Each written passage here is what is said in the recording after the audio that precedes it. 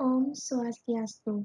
Perkenalkan, saya Ninyoman Gita Karisma Dewi dengan NIM 20026120081. Dokter muda Departemen Anestesi dan Terapi Intensif FK Unut RSUP Sanglah periode 1 November sampai 12 Desember tahun 2021. Pada kesempatan kali ini saya akan membawakan presentasi dengan topik pain management. Yang pertama, saya akan membahas terkait dengan definisi nyeri, di mana nyeri sendiri adalah suatu pengalaman sensorik dan emosional yang tidak menyenangkan akibat adanya suatu kerusakan jaringan, baik yang bersifat aktual maupun potensial atau yang digambarkan dalam bentuk kerusakan tersebut. Di mana dari definisi ini dapat kita tangkap bahwa nyeri itu bersifat sangat subjektif dari penderitanya. Kemudian, tetapi nyeri itu dapat kita nilai dari intensitasnya, apakah ini termasuk nyeri ringan, sedang, maupun berat, dan dari kualitasnya kita bisa mengetahui apakah nyeri ini seperti ditusuk-tusuk ataukah seperti ditekan benda tumpul.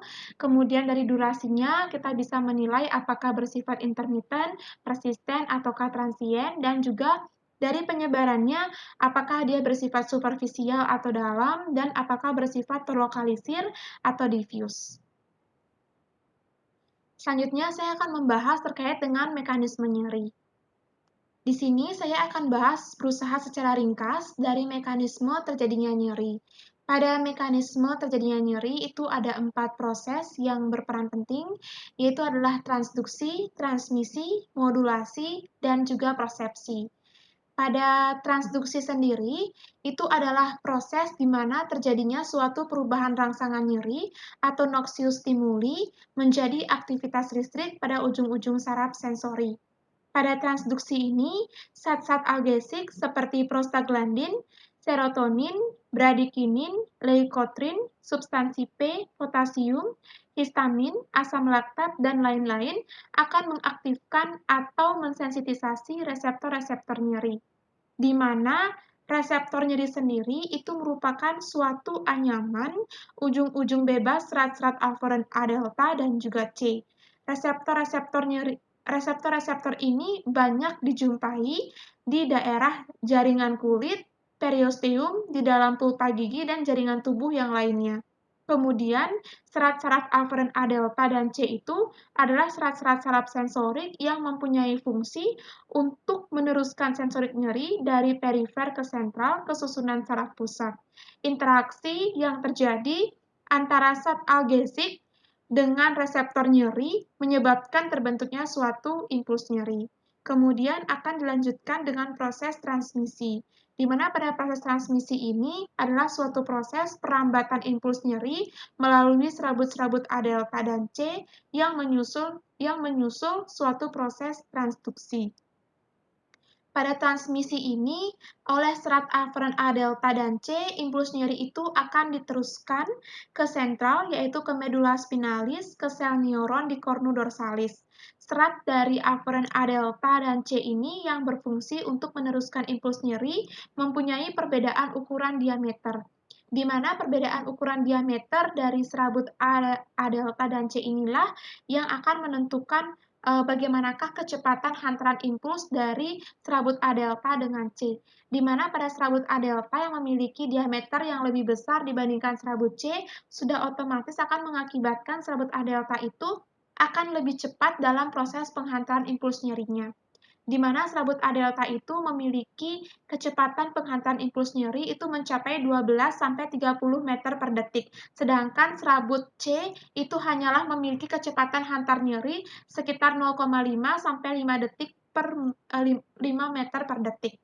Kemudian, sel-sel neuron di medula spinalis cornu dorsalis yang berfungsi dalam fisiologis nyeri ini disebut sebagai sel-sel neuron nosisepsi. Kemudian pada nyeri akut, sebagian dari impuls nyeri tadi oleh serat afferent A delta dan C akan diteruskan langsung ke sel-sel neuron yang berada di kornu anterolateral dan sebagian lagi ke sel-sel yang berada di kornu anterior medula spinalis, di mana aktivasi sel-sel neuron di kornu anterolateral akan menimbulkan peningkatan tonus sistem saraf otonom simpatis, sedangkan aktivasi sel-sel neuron di kornu anterior medula spinalis akan menimbulkan peningkatan tonus otot skelet di daerah cedera.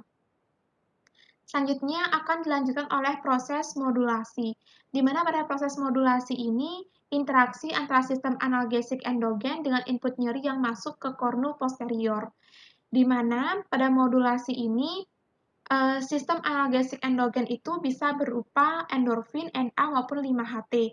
Kemudian, impuls nyeri yang diteruskan oleh serat-serat A delta dan C ke sel-sel neuron nocicepsi di kornu dorsalis medula spinalis tidaklah semuanya akan diteruskan ke sentral melewati traktus spinothalamikus, di mana di daerah ini akan terjadi suatu interaksi antara impuls dan juga impuls yang masuk dengan sistem inhibisi, baik inhibisi endogen maupun eksogen.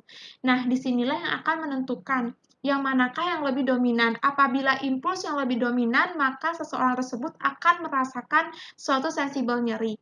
Tetapi apabila inhibisi yang lebih dominan, maka orang tersebut tidak akan merasakan sensibel nyeri. Kemudian selanjutnya akan dilanjutkan oleh proses persepsi. Pada proses persepsi ini, impuls yang diteruskan ke korteks sensorik akan mengalami suatu proses yang sangat kompleks, termasuk proses interpretasi dan persepsi yang akhirnya akan menghasilkan suatu sensibel nyeri.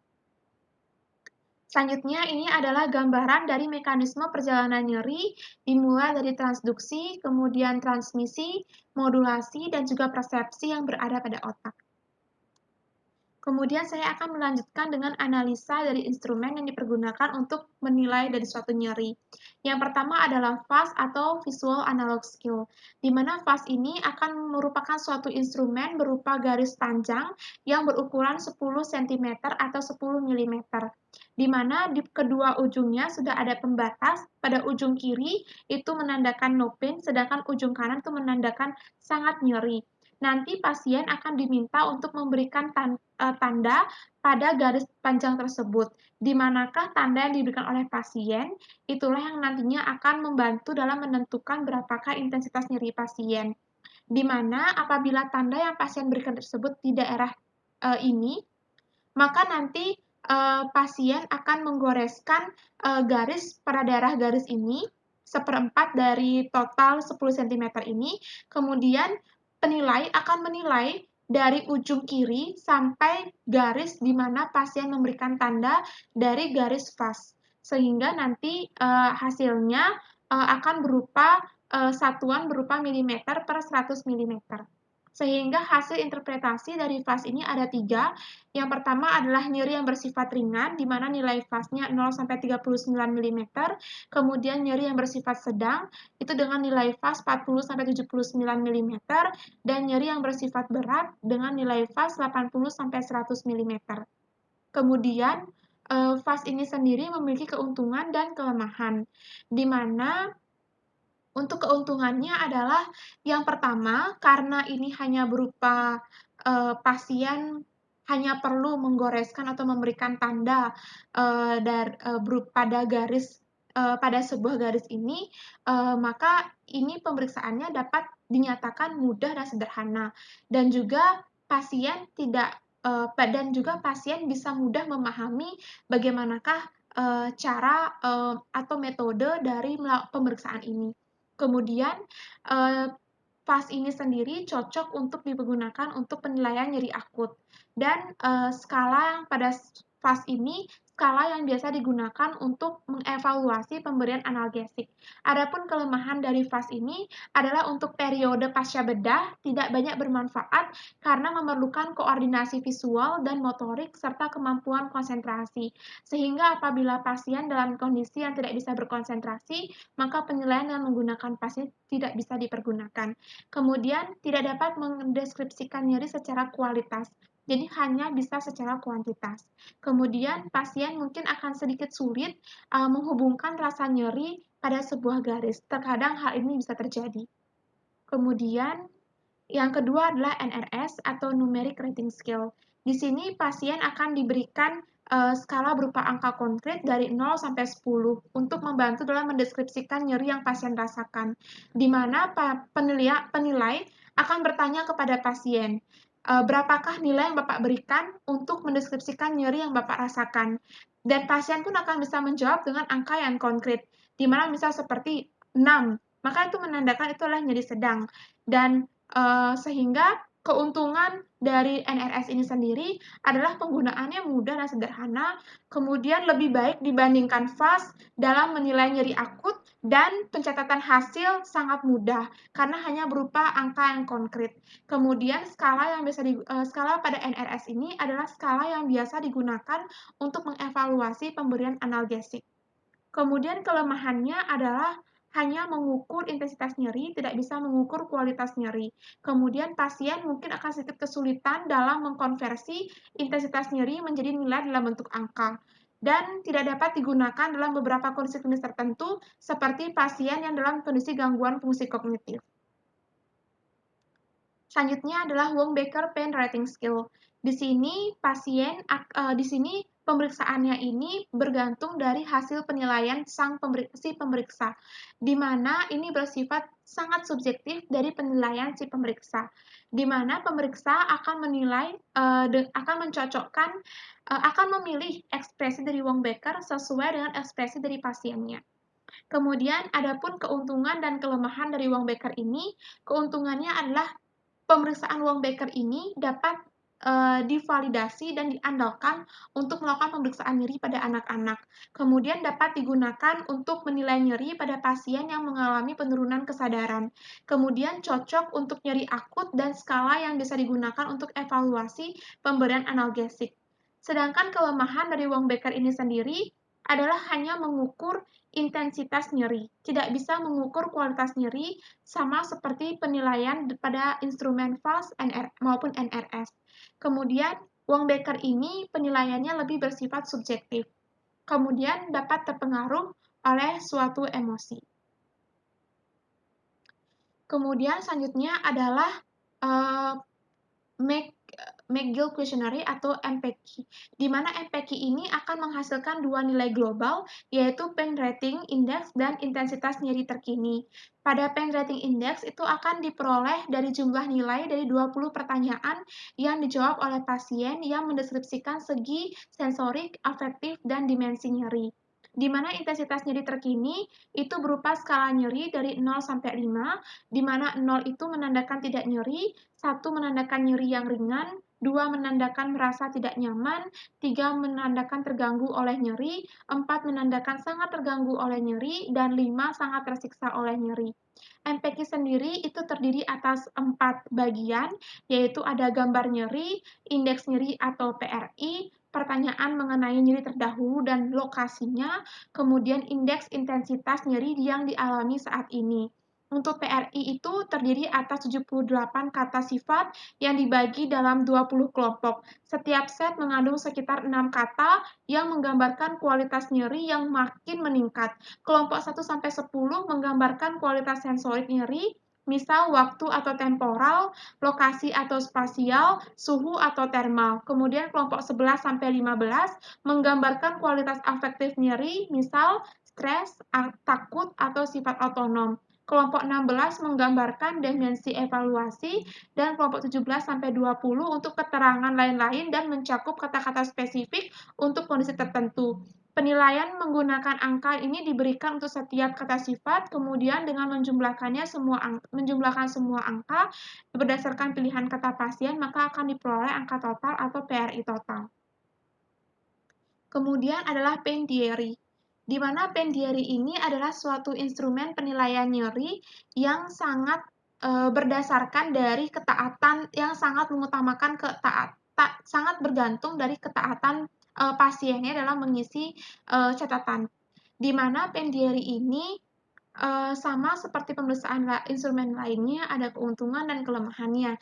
Tapi pada pain diary ini, dia meminta pasien untuk menuliskan setiap harinya bagaimanakah nyeri yang dia rasakan. Di mana pada kolom pertama itu berisi tanggal dan juga waktu. Kemudian pada kolom kedua, pasien akan memberikan skor pada nyeri yang pasien rasakan saat itu untuk bisa mendeskripsikan nyeri yang pasien rasakan dengan rentangan 0 sampai 10. Kemudian pasien pada kolom berikutnya itu pasien akan menuliskan di manakah lokasi nyeri yang pasien rasakan serta bagaimanakah rasanya. Apakah seperti ditusuk-tusuk ataukah seperti tekan benda tumpul. Kemudian pada kolom berikutnya pasien akan menuliskan apakah aktivitas yang pasien lakukan yang bisa memunculkan nyeri tersebut. Kemudian selanjutnya adalah obat yang pasien pergunakan untuk bisa mengurangi rasa nyeri yang pasien rasakan, serta berapakah dosisnya. Dan ingat, untuk menghilangkan nyeri itu bisa non-medikasi maupun medikasi, sehingga pada kolom berikutnya penting untuk bagi pasien menuliskan apakah tindakan non-medikasi yang pasien lakukan untuk membantu dalam mengurangi rasa nyeri yang pasien rasakan. Dan berapa lamakah durasi lamanya suatu nyeri tersebut dirasakan oleh pasien, serta apakah ada efek samping atau catatan-catatan lain yang bisa pasien tambahkan pada diari tersebut. Kemudian, keuntungan dari pen diary ini adalah yang pertama dapat menggambarkan nyeri secara kualitas dan juga kuantitas, kemudian dapat menggambarkan lokasi dan juga sifat nyeri, apakah bersifat terus-menerus atau hilang timbul, kemudian dapat membandingkan bagaimanakah perbandingan nilai nyeri per harinya, karena pasien akan diminta untuk menulis setiap hari, sehingga bisa membandingkan antara hari pertama, hari kedua, dan hari berikut-berikutnya. Kemudian diaplikasikan untuk nyeri yang kronis dan dapat digunakan untuk penilaian klinis. Adapun kelemahan dari pen diary ini adalah yang pertama membutuhkan ketaatan pasien. Karena pasien harus menuliskannya seperti membuat catatan harian setiap harinya, sehingga sangat-sangat membutuhkan ketaatan pasien. Itulah apabila pasien kurang taat, ini akan menjadi kelemahan dari pen diary ini. Kemudian yang kedua adalah membutuhkan waktu yang cukup lama. Kemudian yang ketiga memerlukan bantuan caregiver untuk mengingatkan pasien dalam mengisi pen diary. Selanjutnya saya akan membahas terkait dengan step ladder WHO dalam penanganan nyeri. Di mana pada step ladder WHO ini dibagi menjadi 3 tahap, yaitu pada tahap pertama itu untuk nyeri yang ringan dengan intensitas 1-3, di mana untuk nyeri yang step 1 ini bisa diberikan terapi berupa non-opioid. Terapi non-opioid itu bisa berupa NSAID, paracetamol, atau bisa berupa COX-2 atau COX-2 selective inhibitor, di mana untuk NSAID itu bisa berupa ibuprofen atau asam lefemanat. Kemudian untuk COX-2 sendiri atau COX-2 selective inhibitor itu bisa berupa kelocoxib dan parecoxib. Kemudian untuk tahap yang kedua atau step 2 itu adalah untuk nyeri yang sedang, di mana intensitasnya antara 4-7. Kemudian untuk step 2 ini bisa diberikan terapi berupa opioid lemah. Opioid lemah yang bisa diberikan itu seperti tramadol dan juga kodein. Kemudian bisa disertai dengan terapi adjuvan, bisa dengan atau terapi adjuvan, yaitu seperti bisa disertai atau tidak dengan bisa dengan atau tanpa terapi kombinasi. Terapi kombinasi itu bisa berupa paracetamol, NSAID, ataukah COX-2. Kemudian untuk tahap 3 itu adalah untuk nyeri yang berat, di mana intensitasnya antara 8-10. Kemudian itu bisa diberikan nyerinya sangat berat, maka sangat diperlukan opioid kuat, sehingga bisa diberikan morfin sulfat, slow release, berupa tablet atau kapsul tiap 12 jam, atau bisa diberikan morfin sulfat slow release kapsul tiap 24 jam. Atau bisa juga diberikan fentanyl slow release, yang slow release. Kemudian selanjutnya untuk yang tahap 3 ini, step 3 ini bisa disertai dengan terapi adjuvan, di mana adjuvannya itu bisa berupa steroid, antidepresan trisiklik, antikonvulsan, gabapentin, dan dextrometropan. Kemudian untuk yang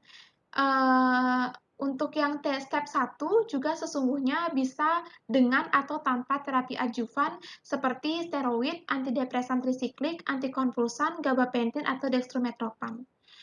Nah, kemudian untuk yang terapi adjuvan ini seperti kortikosteroid sendiri itu memiliki efek sebagai antiinflamasi. Sedangkan untuk antikonvulsan itu bermanfaat untuk meringankan nyeri yang bersifat neuropatik. Kemudian untuk antidepresan itu bermanfaat untuk mengurangi nyeri neuropatik juga dan untuk terapi-terapi adjuvan yang bisa diberikan. Sedangkan untuk apabila pasien itu mengalami nyeri yang kronik, itu bisa dimulai dari step 1, kemudian step 2, kemudian step 3. Sedangkan apabila pasien itu mengalami nyeri akut, maka bisa dimulai dari step 3, kemudian step 2, lalu step 1. Baik, sekian.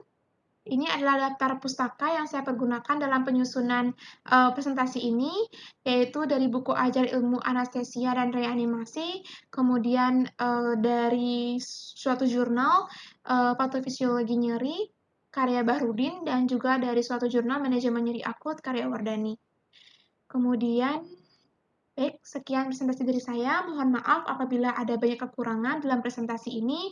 Mohon maaf apabila ada kesalahan kata maupun perilaku. Semoga informasi dari presentasi ini membawa manfaat. Dan akhir kata saya tutup dengan Paramasanti. Om Santi Santi Santi Om.